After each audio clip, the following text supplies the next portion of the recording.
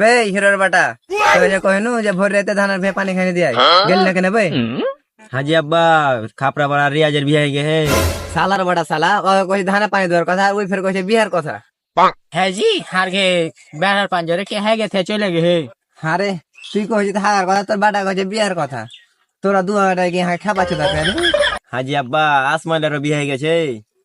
আবে তুই হাই কি বুঝাইতে চাচ্ছিস বে? ওরা আমার ছোট আর বিয়ে হয়ে গেছে, আমার বিয়ে করার ইচ্ছা আর বিয়ে দাঁড়ো না। হ্যাঁ বে তুই এত বড় কথা কইতে পারলি বে? তুমি এমন করে কথা কইছো দেখালাই আমি নিন্দে চোখে বিছানে হেগে দেই।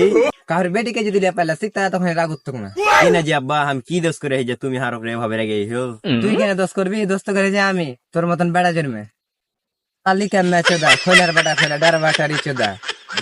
হ্যাঁ জি তোমার একটু হুঁশ তাক নাই, বেটা বড় হয়ে গেছে, বিয়ে দিতে হবে না? টেন হার বিয়া দিবে হাগে টেনে থাবড়ি বাড়ালেন বড় করছে। নিজে বিয়া করলে হে বেটার বিয়া দিতে হবে আর কোনো টেনশনই নেই। আর খালে তো বইনের দেওয়ার একটা সুন্দর বেটি আছে, তো ওর সাথে খুবই ভালো মানাবে, তো বিয়েটা দিয়ে দাও গা। তোরা দু আমরা কি মনে করে যে কইলি বিয়া দেবো? ওই কাম আমি করবো না। যতদিন ওই সালার বড়া সালা মাসে 20,000 টাকা না কামাইতে পারবে ততদিন আমি ওর বিয়ে দেবো। তার মানে সালা বড়া সালা হারা সারা জীবন বিয়া দিবে না, তার মানে সারা জীবন আগে সিঙ্গেল থাকিয়ে দেবে।